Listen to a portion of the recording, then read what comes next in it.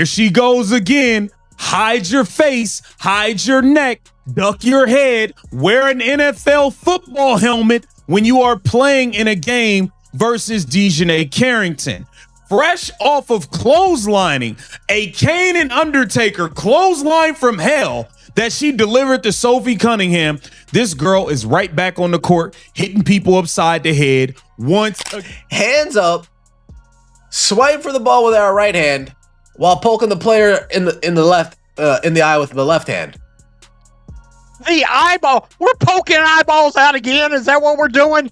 We're eye gouging again? There's a moment in sports where a pattern stops looking like bad luck and starts looking like a habit. And Djonai Carrington just reached that point. 4 days after she was ejected for a flagrant 2 on Sophie Cunningham, she was back on the floor against the Golden State Valkyries, and in that single game, she committed 2 more separate incidents where her hands ended up where they had no business being.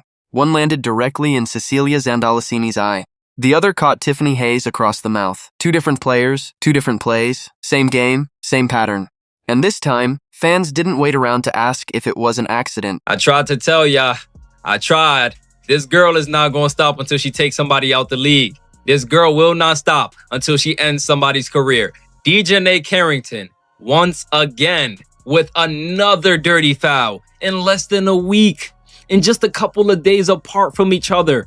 A couple of days apart from the Sophie Cunningham hard foul. You have Mrs. Eye Poke. Mrs. Flagrant foul, I'm going to grab your head. I'm going to hit your head, upside your head, knock you out the air. Mrs. I'm going to pull your hair. Mrs. I'm going to whack you on the back of your head. Mrs. Long, nailed, sharp knobbed fingertips, Djonai Carrington.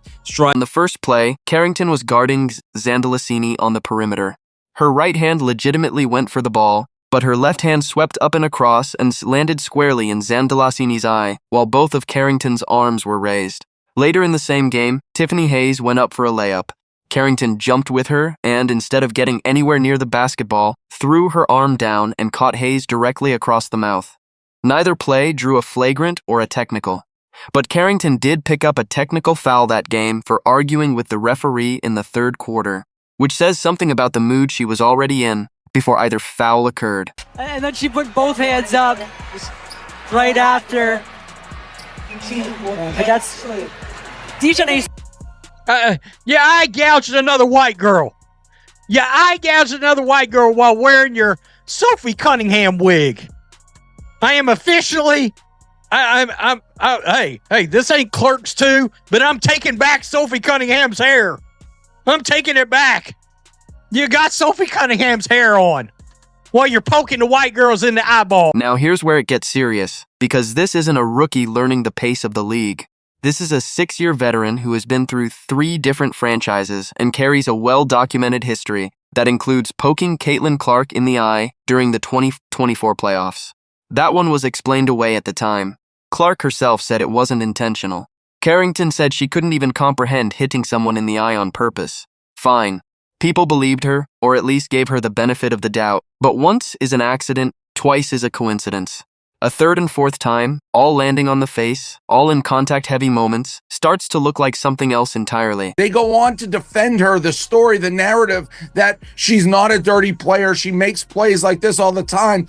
I put together a little clip of Djonai Carrington, who is definitely one of the dirtiest players in the WNBA. I don't know if we can roll it, but she's taken her long fingernails. She's scratched Caitlin Clark's eyes out. She's had multiple instances of chasing people down from behind, trying the same swat and smashing them in the head and causing mini fights. She pulled another girl's hair. I don't know if we'll get to that clip in a second when she's falling. Totally dirty play. This is not a skin color thing. She has a history of making dirty plays, and it's fine. The NBA, you can... It's worth pointing out just how physically talented Carrington actually is, because that's part of what makes this whole situation so frustrating for people who genuinely respect her game.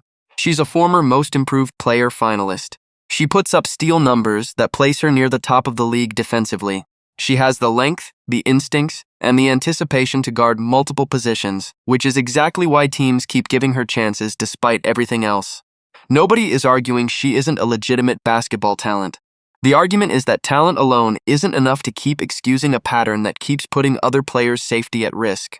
And right now, the conversation around her has almost completely stopped being about her skill and started being entirely about her conduct. I have a photo from the flagrant 2 on Djonai Carrington against Sophie Cunningham where she proceeded to go into the locker room and tweet white privilege after being thrown out of the game.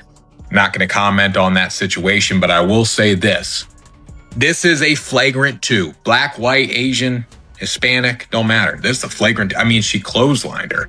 What more do you want? So this looks very bad. It just shows that the WNBA is nowhere near where they need to be professionally. Because again, this is a clothesline. It's flagrant. And we have to go back to where this entire storm actually started. Because the Valkyries game didn't happen in a vacuum. 4 days earlier, Carrington was involved in the single most talked about foul of the WNBA season. Sophie Cunningham was in the air on a fast break layup. The shot was already going in, and Carrington came from behind and swept her arm directly across Cunningham's head and neck. Cunningham hit the deck hard. The officials initially called it a flagrant 1, then upgraded music it to a flagrant 2 after review, citing wind-up impact and follow-through. The exact language the league uses to describe a foul that was neither accidental nor careless, but deliberate enough to warrant an automatic ejection. Posted white privilege after getting tossed from the game, but says it wasn't about the foul. Can you explain this? No, I can't. When she tweeted white privilege, she did it so quickly, it was almost as though she had the phone in her pocket after this foul and she got ejected. So, I mean, to say she wasn't referring to this play or getting kicked out and saying that the only reason she got kicked out and it got upgraded is because Sophie Cunningham is white is crazy. It was a crazy thing to tweet, maybe crazier than to try to act like it had nothing to do with the play. So I have no idea what she's talking about. I don't think anybody can have any idea what she's talking about. Bizarre. What made that moment even messier is what happened right after. Cunningham got up and immediately went after Carrington, and it took teammates from both sides to pull them apart. When reporters asked the officiating crew why Cunningham didn't get a technical for going after Carrington, the response was that her reaction was acceptable given the severity of the initial contact. That's the league on record saying the response to Carrington's foul was justified because of how bad the foul actually was. That's not a neutral statement.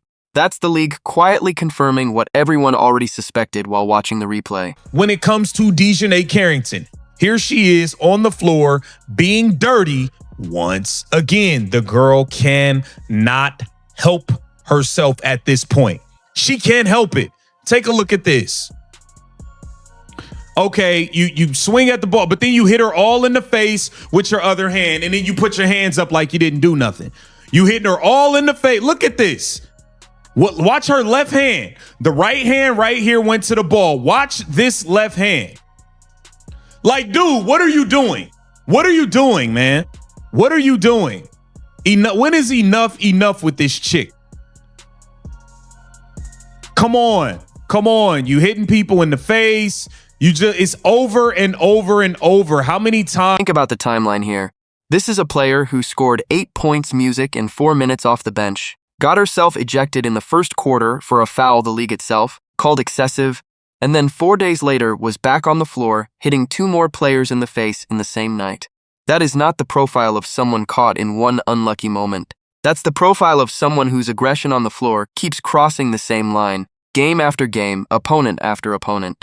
And that brings us music to a tweet that has been circulating hard since this whole saga kicked off, because it lays out something that stats alone don't capture as clearly.